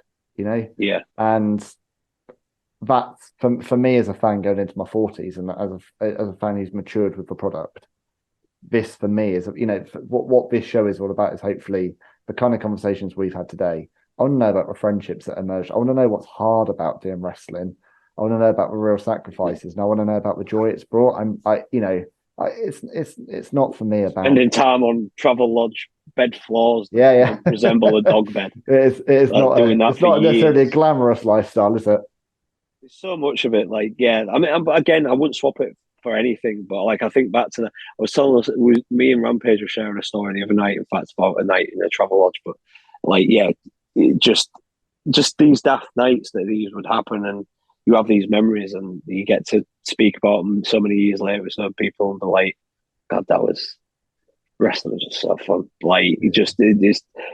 It was an awful situation where you're like, right, so me and Rampage to share this double bed, this other guy has to share this sofa, and this other guy's on the floor. It's 4 guys. I suppose wolves can talk. But then you end up, that's the thing, you end up just then talking all through the night, laughing. Someone gets drunk. Because also the thing that's overlooked, it's very easy when you're watching it and you get used to the condition of a certain guy. It's like, you're already big guys. Like, we're doing this on Zoom, but if I bumped into you in the pub, you're going to be significantly larger than me. Like, this is a thing. Like, not as big as I used to be, but thank you. Well, but walking down the high street, it's easy to overlook the fact that wrestlers are bigger than your average person. And the idea of you all having to share a tiny Travelodge bed, which isn't really suitable for two children, I just find really funny. It's ridiculous. We used to have the Yorkshire car at one point was Colossus Kennedy, who lives, if anyone remembers Colossus, if you know the NGW products, you'll know him. And he did All Star up until 2012. Big dude, 6'6", did some great stuff in Germany, in fact, at the Wacken Festival. 6'6", lives up to the name Colossus, let's put it that way. Huge human being. And at the time I didn't drive, he did. He had a Toyota Yaris, and he was in charge of the Yorkshire car. So I would meet him. It'd start with me and him, then we drive on to Leeds, where we'd pick up Rampage and Bram. So in this tiny little Yaris, 3-door Yaris, you'd have Colossus at the front, who's just this huge, massive human being. Riding shotgun, you got Rampage, again, huge, massive human being. To the left of me, but Bram was still, he was still jacked at that time. Not as big as he is now, but he was jacked. You got my suitcase, Bram's suitcase, and you got me here as well. Like, and I was at that time, I was probably pushing about 180 pounds, something like that. So I wasn't the biggest at the time, but still, you have us four, and that was it for like 6 hours sometimes in the car. This episode of Wrestling Life is brought to you in partnership with our friends over at Legacy Sports Nutrition. Take your physical and mental performance to the next level with Test X9, the natural testosterone booster. Clinically proven, Test X9 from Legacy Sports Nutrition is NSF certified, third-party lab tested, and made in the US of A. And it's brought to you by friends of the show, 3-time world champion Nick Aldis and 10-time world champion Mickie James. Nick developed and uses these products himself, so you know they work, and he shows you how over at legacysubs.com, with links to clinical studies on each of the 9 key ingredients. No bull, no bro science, just facts. It's time to level up your strength, energy, libido and drive now with Test X9 from Legacy Sports Nutrition. And if you want to really level up, go for the ultimate test stack, adding T-Assist, a pro-grade estrogen inhibitor and test enhancer, and the best-selling sleep aid Recovery PM, and discover why improving your sleep is the key to unlocking your mental and physical potential. So stop settling for average. Go to legacysubs.com now and use the promo code WrestlingLife for 10% off your entire order. That's promo code WrestlingLife. And if you subscribe to have it shipped every 30 days, you can still get the discount every single time. So head on over now to legacysubs.com and level up with Legacy. But I think back to it now, and it was some of the best times of my life, without question. Whether we'll be talking wrestling or not, we'd just laugh. And like, you were talking like 3-4 in the morning when the rest of the world's asleep, right? There's a real good, my favourite band's Zach Brown Band, and there's a song that they did called It Goes On. They did it for the 12 Strong movie. And it reminds me a lot of wrestling because it's talking about like a band of brothers together through the night, just traveling when the rest of the world's like shut off. That's exactly what wrestling like was for me at that time. Like, it was just us, especially me and Colossus, because we'd then, on the way back, we'd be dropping them off in Leeds, and then we'd have another hour or so back to Hull, and it'd be just me and him trying to fight, fatigue, trying to stay awake, just annoyed. Like in 2011, I saw him more than I saw any of my family, my parents, my girlfriend at the time. Like, I spent so much time with Colossus in that car. That was the year that was my busiest year. I remember making considerable amount of money from independent wrestling for the first time and being quite proud of it. Like, but we had to really work for it. We were away all the time. But I just, he's a friend again that I have to this day. We still try and catch up occasionally, have like a night where we'll have a drink together, a cigar, and just laugh about stuff. Like, and those journeys was the journey. The wrestling gets in the way of it. It's making me think about. You ever seen that Simpsons episode where that really tall guy is in a tiny car? It's kind of making me think of that. Yeah. 22 short episodes of Springfield, season 7. Yeah. Not that I'm a huge fan of the Simpsons. Up to series 11. Look, one thing I want to ask about before we shoot off is, so you're kind of in the, you're 33, so you're not done, but you're also in the state of transition whereby you're now the head coach for Evo Wrestling Academy.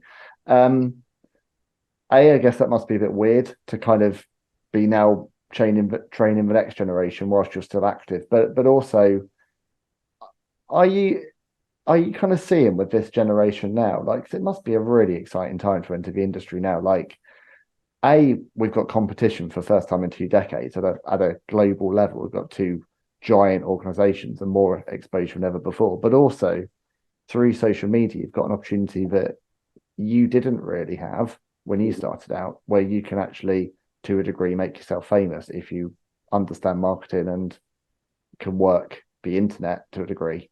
Are you finding that you've got kind of young talent that are emerging now who are very, very optimistic about their prospects in this business to make a living? Absolutely.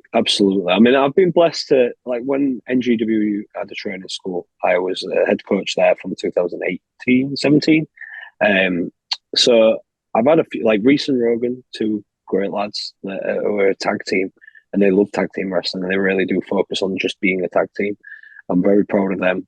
At a time, Miles came and trained with me, and I'm getting to really do some cool things with him at NGW, where we've got a rivalry against each other. We're coming to a blow on December 16th. NGW's biggest show, the Connection Arena in Hull. First time I've ever done a big arena like that. It's going to be, I'm very much looking forward to that, and being proud of the fact that I've been such a big part of Miles's journey. But then I look at someone like Vusic, who's fresh. Like, he trained with me from taking his first bumps to where he is now. He's just starting to make like a bit of a name for himself in like the West Yorkshire, Humber region. But it's going to spread, because as soon as people see him, they know he's something special. He's just got that thing that can't be taught. But he's not alone, because that has bred competition with some of my students. There's someone called Hardman Dan. He does HMD, but don't let that name, like, he's kind of conscious about that now. He feels like it's just a bit of a joke name, but then he does what he does, and he's so good at it. And I think that's a great name, actually. It's really, you don't forget it. Yeah, and also, you'll remember. There is nothing in the name, really, is there? In a way, if you think about, Triple H, what was that name all about? Like, he's managed to just get yeah, exactly. Diesel, like some of these names we grew up with, you're like, these are, there's nothing in a name. It's all about what you do with it. And he's someone that, like, the work ethic he's got. Like, he reminds me a lot of myself in some ways, that, like, when we started training, Matt Myers was the natural. I had to work at it. His real name's Dion, and he's had to work at it. It hasn't been easy for him, but because of his hard work, because of his determination, he's really developed. And I'm very proud of him and what he's started to do. And he's someone that I want to see getting more opportunities out there, because I feel he deserves it. He's good enough. But yeah, like, there's a lot of people that I'm starting to see. Like I said, I've mentioned R&R, but people that are, another one, Scotty Rourke, man. Like, there's someone else that he didn't take his first bumps with me, but he started training with me. More so, quite frequently after the lockdown, when I was hired by Evo as the head coach, and, like, seeing his progression and how he's gone. Ace Matthews, one of the most memorable characters on a wrestling show now, and I'm so proud of him for he understands the aspect of making everything he has to do, like, mean something. If he's given 15, 30-second segment of a microphone, he'll make it, like, memorable, entertaining, and then he can work as well. Like, he's really, the biggest compliment I've had so far, like, from a trainer's point of view, was Sam Gradwell had wrestled Ace Matthews at Tidal, and he really enjoyed the match. And then the next time I think he was there, he wrestled Vusic, and again, he just texted me saying, "Mate, you never miss. Your students are so," like, he was, and that's the thing. Like, I've always held a high standard. I know I've held a high standard, and it's the reason why some people have stopped training with me, gone elsewhere. Like, some people claim I've held them back. I haven't held anyone back. It's just that I have a certain standard that I want. I don't want my name being put to you unless you can do this job and do this job professionally. And that's what I like to put out there. And that's when I get that feedback, mate, you never miss, coming from somebody who's been under WWE contract somebody who's wrestled for, I think he's wrestled just as long as me, his son, and learn from people like Shawn Michaels and the tutors that he's had on the way, Marty Jones. That's why I have such a high standard in my students, is because I'd never want them to go to anywhere and them go, they'll bring them back. They want impressed. I've been able to send them to places in the past, and they've been, can you bring them back? Can they come back? And I'm proud of that. And that's the pedigree that I want coming out of my training school. But I mean, those are the guys straight off the bat. But I could talk up these people who trained with me back when I had the West Yorkshire NGW school. Darius used to filter in and out. I can't take full credit for Darius, but I know that I've contributed, and I see great things for his future. Jack Bandicoot, another one that I think he's so underrated and he's so good, so unique. He's starting to get a few more opportunities at Progress, and I couldn't be more proud to see that happen for him. And in general, that's been a big thing for me now. Being able to just give back, so many. I was so blessed to have so many veterans spend so much time and explaining things to me. Frankie Sloan was a great guy who would referee my matches, and Shirley, why do you just give me little things? And I mentioned Rampage. I had Robbie Dynamite. I had so many great people that was around me that would give me feedback on my matches and help me progress. And it's given me such a rewarding career. You've mentioned that I've wrestled as many matches as I have for 17 years. I've visited 8 countries. I've wrestled. I've had all these incredible experiences, and touch wood, I've not had a serious injury. I've had injuries, but I've not had anything serious, and I've always maintained my spot.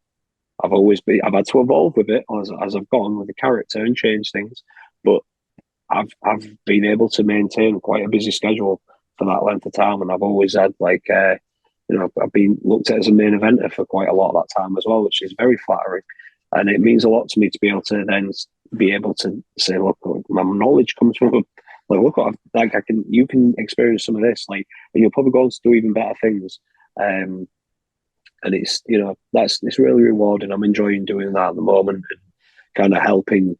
You should always leave something better than you found it, and that's kind of my ambition with wrestling. Especially, say, I'm at a point now where I know if I'm not under a major contract and it's not earning enough money, I'm going to stop wrestling, because I'm accomplished in kind of what I've done in British wrestling. I think that's the main thing, is that I look at what I've been able to do in British wrestling and go, yeah, I'm happy with that. I'm very happy with that. I can tick that off the box. There's a bunch of stuff that's happened on the way, and it's for an independent career. I'm pretty happy with it. The things in France that I got to do, I look back at them and just, wow, that was my face on the back of a bus. Just mad stuff that I never. That's peak, isn't it? That's peak life, really, isn't it? Yeah, on the back of a French bus. Yeah, I never visioned that would happen. When I was dreaming of this stuff, I never thought that would happen. I never thought I'd be taken to because I used to show up in suits to a show and stuff, kind of living the gimmick of the professional. And so then when I was wrestling France, they took me to the suit store and gave me a free cufflinks and ties, really nice ones as well. Took me to Disneyland. It was just mad stuff, being able to spend a week teaching wrestling in Randers, Germany. Have you ever heard of Randers? Randers, Denmark, sorry. Have you ever heard of Randers? Never in your life. But did I have a great time there? Yeah. Me and Jamie Arnold, we had a hell of a good time there. Celebrated his birthday there, I think. And we got absolutely mortal drunk, and we had to fly home the next day. And it was the worst travel day. But I look back at it all, and I'm like, my God, I'm if it does end as Dave said, and I get to come home and enjoy all this, I'm very content with that. That's not to say that I don't want more out of it. I've still never wrestled in Japan. That's something I've always wanted to do. I'd still love to be under a major contract, especially after getting so close to one with the WWE and then that happening. There's other avenues out there, and I'd still like to explore them. And I'd still like to. And it's worth saying, isn't it? But actually, sorry to cut you off there, but I want to get this point whilst we're still on air. The reason that you were, things didn't progress as hoped in WWE was high blood pressure, and that's something that you've taken a lot of steps to proactively get under control, isn't it? Yeah. Like obviously, once I got past that depression, like it's something that I am like it's medicated. Obviously, my diet had to tweak a bit. Like that was the other thing. Obviously, I was shoveling in food to always try and get bigger, right? So I had to just watch little things like that, and yeah, but I've got that under control. So it is stuff that I still would like, and especially when I hear it from so many of my peers, and some of my peers, the Cash fucking Wheeler, and like who are as good as he is, saying, "No, you should be here," and like so many other, like Malachi Black, he was another one who's been a big supporter of me for years since we worked together at Progress of me getting there. Recently I needed a piece of information and people to just, why you'd recommend me, and he was immediately, yeah, if you need it, I'll do it. And he wrote me this nice paragraph saying, like, it's his opinion that I deserve to be over there, and just hearing those things. D'Lo Brown, someone I used to watch on the TV, being able to pull me aside at a show when we'd done a slight interaction and say, I'm actually really impressed by what I've seen, and I want to do more with you. And all that's just like, yeah, like it's motivating to say, like, if they see it, I want to. And I think that's the other thing is, obviously, I saw it as not just getting to where I wanted to be, but also then, okay, I've learned it. I saw this when I was started wrestling. I had little stepping stones in my mind of like how I was going to reach the WWE. So the first thing I want to get out on the Yorkshire scene, and then I do all them, and eventually I want to get to All Star. All Star was my goal in the UK. So these little stepping stones are going to get me to All Star. And then when I got there, I was like, right, I've learned everything I needed to learn to get to this point. Now teach me what I can learn here. It was the same when I started doing international work in France and Spain and going across Europe and stuff. And then for me, that's the biggest thing with like the WWE thing, and probably the thing with going to the next level, is that I was at the point where I learned everything I needed to get here. How can you help me get even better? And I think that's always it, is like I want to see what potential I can still unlock in myself before I know my body's going to say, you can't move like. And even now, like you mentioned how many matches I've had, all the weight training on top of that, I'm starting to live in a bit of pain now. Like I have back issues, and your bump card is getting pretty full, isn't it? That's the thing. Like my neck, back, hips are not as great as they used to be. I know that, and and that's concerning to me, because I know like I need to, and I do more preventative measures just to stay on top of it. It happens as you get older. It happens to everyone. But obviously with wrestling, it impacts it more, and then it also impacts what you can do as a performer, and that concerns me. Like I don't ever want to be leaving matches going, meh. I had one of them this past weekend, and I wasn't happy with it, and then I got to rectify it the next night, thankfully. But I was annoyed with myself. Like I still have such a professional pride in that I would never want to leave like a legacy of like he stopped at that age, but I wish he'd stopped at this age. I'd never want that. So that's in my mind, But then I look at, like I mentioned, we was earlier, look at the people who've done it for so long and are even older than me and have done even more matches than me on probably far worse wrestling rings. And I go, I've got no right to complain. If they're still going, I've got to keep going for their sake. So yeah, there's still stuff I want to do, and we'll see where I am when I reach that point. But say overall, within British wrestling, I feel very accomplished, and to be able to give back now to a lot of the younger talent that, like, I see great things, will probably get the opportunity to go on to do even bigger things than I did. Cool. And if I can help set that stage for them, that's what I want to do. Well, I think you've got an incredible attitude. I think, this is what I know the wrestling business is all about. It's about people like you who are, committed to kind of giving back, paying it forward, but also have a lot of ambition and self-belief. And, I just continue to be enjoying following your career journey, Nathan, and see where you go and whatever's next, and just enjoy the ride, because, it is a ride, isn't it? And it's taken you to some incredible places so far. And there's only so much of a hand you have in the next step, isn't there? What will be, will be. But I think, you are someone who has demonstrated that you can do that most surprising thing, which is that you can be a Brit and you can make a living for 2 decades from the world of professional wrestling, and do it in style. Yeah, and that's the thing, like, to do that from British wrestling. I think that's, like, I've never really hit on that as much as you have there. Like, obviously, a lot of people go over overseas to make that type of money, and I do think there is scope in that. And I think that's what I've always been a bit of a stickler for the professionalism and protecting that side of it, is because, well, yeah, because if this goes, then a few of us will be able to get to enjoy this, and surely you want to. You know what I mean? Like when NGW started rolling out contracts in 2017, I was me and Rampage were the first two, but then after that, like Robbie X, Lucas Steele, Maxted, they all got deals. Kip was about to do one before he got an AEW one. Like the fact that they was able to offer secured money to talent in this country was a huge thing. And for some of us it was pretty decent. It was enough to definitely cover our bills and live a comfortable life. And I was very, very proud that I was such a building point of NGW, and but more so because I was like, well, more people will get to do this. If I get to move on from wrestling, either I just stop or I get to move on to that next level. That'll free up a spot here for someone like a Miles, to come forward, and then they get to enjoy this and experience it, and all the fun that I've had doing this. Yeah. And I mean, that's the main thing. Like, enjoy it, just enjoy it. Like, I didn't enjoy enough of it. It's not until I look back and I was going, man, that was good.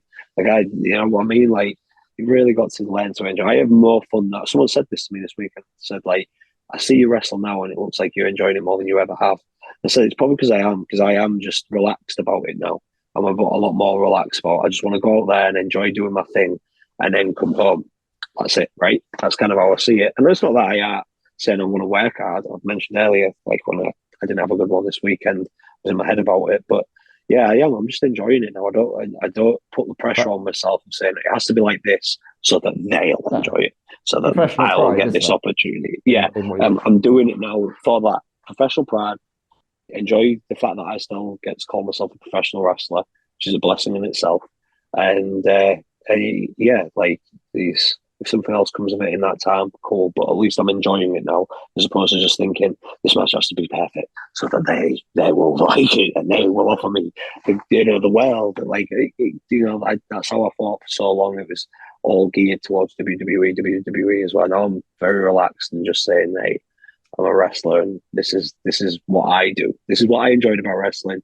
So this is what I'm going to give to you. And for anyone that where this has been an introduction to Nathan Cruz today, is there one? I know this is such a hard thing to ask, but is there one match or opponent that stands out as like, you're going to check out something on YouTube? This is what you should watch to see me at my best. Oh God, that's tough. That's tough, isn't it? Or is there someone that you've really loved working with from a chemistry point of view? I mean, like I mentioned Myers earlier, I think anything I do with Myers, whether we're a team as second to none or whether we've been against each other, we've always had, just again, because we grew up, I was an only child. He's the closest thing to him, and Andy are like, and Dan's one of the people I count in that same category as like brothers to me. Obviously, I mentioned Rampage being like a big brother, but like Matty was like, we kind of just grew up together. He had an older sister, so we were like brothers, like growing up together.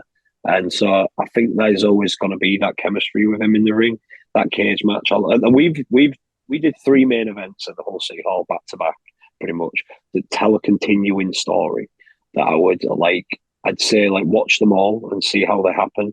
Like we main evented in 16, main evented 15, 16, 17 at the big show at Hull City Hall. But then the match with Rampage, when I beat him for the NGW title, and I was booked as a good guy then. But then when I lost the NGW title to Justin Sizem, that was a really good one. Rampage's first match in Progress. I was super proud of that one because at that time he'd just come back from his first stint at WWE at FCW, and he was just starting to break out of All Star. And I knew how good he was, and I wanted to showcase how good he was, and that was why I was so proud of that match. I think it's like chapter 6. It's on YouTube. But we leathered the hell out of each other in that one. We really got stuck into it. Dean Allmark, anytime I wrestle Dean Allmark, it's always we just have something where it's like, hey, this is great, man. Max Dead's another one. It's so hard for me to just pick one match. Like the cage with Myers is always going to be up there, but I really enjoyed the first one with Myers. Like the very first, well, not the very first one, but the first one at the Hull City Hall. That was just for the story we got to tell and the way that it could have really gone one way or the other. We were both good guys, but Matty's always been like the unwavering good guy as well. I've always walked the line. and obviously I've been the top heel there a few times. So, but there's the story told there. I think that might be something where if you to look at what I do, I'd always say I'm a storyteller. So any of the ones with Matt Myers, I am like say they might be worth checking out on YouTube. Is like what I'd say, but they're so long ago now. There's a great one I had recently with Zach Knight. Really enjoyed that one. Zack Sabre Jr. in 2021 as well. He's phenomenally good, and he had some really kind words for me after that match. So yeah, just watch the clinic he put on with Danielson. Wow. Yeah, not Zack Sabre Jr. Sorry, Ricky Knight Jr. But I have wrestled Zack Sabre Jr. on a number of occasions. For All Star Wrestling and Progress, and I enjoyed working with him as well. Yeah. But yeah, the one with Ricky Knight Jr. Sorry, I meant to say. In 2021. We're talking 1,000. I'm not asking you to pinpoint out of 1,857 matches. That's a pretty sizable body of work you got at this point. Yeah, it's very difficult because there's a lot that come to my mind where I'm like, oh, was that my best performance? Was that the best performance? Maybe not. Maybe this. Maybe that. Like, but then they all might mean different things to me for different reasons. But like, yeah, there's a bunch of my stuff on YouTube. But I'd say, maybe the Myers matches. That might be where I've really got to showcase like what I enjoy about wrestling. And anything where I'm like the lead heel in a match. Like, I love being the heel. Heel's what I enjoy doing. The very last question. This will be the last question for all of these shows because I want to finish up on these. Is when your wrestling life comes to an end and you hang up the boots for good, how do you think Nathan Cruz will be remembered? I'd like to think that the professional thing will always be there, whether it be good or bad. I don't mind, because it became a good thing because it came from my peers. My peers was the ones who started saying that, like, Nathan's the ultimate professional, and that meant a lot to me. And if that's the legacy that I'll leave behind, Myers has once said this, and I thought it was really cool. And but again, if that's how people do remember me, this will be made. But like Mike said, you might not be a wrestling fan before you watch a Nathan Cruz match, but after it, you likely will be, and that meant a lot to me as well. Like, there's no high compliment, is there? Yeah, because that is what I try to do. Like, I want to try and create new fans of at least like the whole night. If there's one match that you were entertained by or believed in, I want it to be mine. And I think that's it. Like, as long as I was a professional and people enjoyed working with me, which I know they do, I'm good with that. And like I've like I say, I know I've left a good legacy in the eyes of the fans as well for my contribution to like the British wrestling boom from like 2013 all the way up until like 17 when things started to really, even 18 with like WOS and NXT UK kicking off. But yeah, like I know I'm very proud of all that stuff as well. So yeah, I think that'd be it. It's just as long as they look back and go, he was the professional, even if they go, he was a dickhead for it. He's such a stickler for this. Maybe so, but there is, there's just elements of it that like, as long as I'm remembered as a professional, I'm good with that. And you've got a huge show coming up December 16th. Where can people keep up with your latest news, Nathan, on social media? What are your handles? So yeah, at Nathan_Cruz90 is Instagram, Twitter, where you can follow Nathan Cruz account. And that's it. I don't do TikTok. I don't do I'm not a big social media guy. I don't really like it. It's one of the things. My Facebook's private. Don't add me on Facebook. I say this in every podcast because I literally today I had a fan had me. They saw me wrestling in Norwich this weekend, and I feel like you can add me on Facebook. I'm like, hey, just respect some things. You know what I mean? Like, I try to keep that just very, very close friends and family, and that's my private life. That's what Nathan away from wrestling is. You know me as Nathan Cruz, the wrestler, and this is where you can follow me on those social medias. And like I say, have a look on YouTube. There's a bunch of matches. I do have a channel of mine on there with a couple of matches, but I haven't touched it in a long time because footage is just so difficult to get hold of now because everybody has streaming services. So obviously they don't want you putting out on for free, which I can't completely understand. But yeah, there hasn't got that much on there. I should probably look into that. But yeah. That's where you can catch me. Oh, my online store, nathancruz.bigcartel.com. There you go. Work the gimmick. Yeah. A Second to None t-shirts available there at the moment. And if you wanted to actually, Second to None, everyone they love the theme song, the new Second to None theme song. It's a guy called, he's a student of mine, Ben, and he's a very talented musician. A Grand Entrance Media. He's wrote a lot of wrestlers' entrance music recently. Very talented guy, but you can stream that song. I saw today it's just got over 1,000 downloads or something. He just tagged me in that. So yeah, you can get it on Spotify, Apple Music, all the ones that have got streaming. It's second to in Roman numerals, none. But yeah, check it out if those people are doing. I'm gonna put that in the show notes.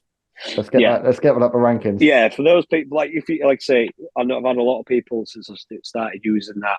Originally, it was just for the tag team with Myers at BWR, but then I was like, you know what, this music's so good, and the Second to None thing's catching on more. I'm just gonna use this everywhere. And I love the song. Let's make it mainstream. Let's go Fandango with it. There we are. Yeah, here we are. It's been right top of the pops. Absolutely, man. Well, look, I am so grateful for your time. We've run 2 hours. It's amazing. We've covered so much, and appreciate it, my friend. It's been a really, really good conversation, and I think this is kind of setting the benchmark for the kinds of conversations we're going to have on Wrestling Life. You've stepped into the hot seat as the guinea pig for episode 1, and if they're all going to be like this, then it's going to be one hell of a ride. I'm thinking of The Simpsons and the interview Tito, and he goes, God, I hope all the suspects are this fun. And then it's Prince Muskin and let me think. I think a good one. It's been a great experience, mate. Thank you. It's been a very easy chat to have. Cheers, man. Well, look, thank you, Nathan. Thank you to my brilliant producer, Jeff Easton from Tall Oak Productions, who will do a beautiful job of this episode, I have no doubt. This is a brand new show. It's going to rely on all of you to keep it moving forward, gathering momentum and standing out in the very crowded kind of podcast and YouTube world. So please, tell us what you think on social media, tag us, use the hashtag that we're using, Wrestling Life Pod, and subscribe to our channels. We appreciate you, and that's going to be the difference maker for these conversations getting out in the world. So that is it for numero 1 of Wrestling Life. I have been Ben Veal. My very special guest has been Second to None Nathan Cruz. This has been Wrestling Life. We will be back again soon, sharing more talk from real talent. So yeah,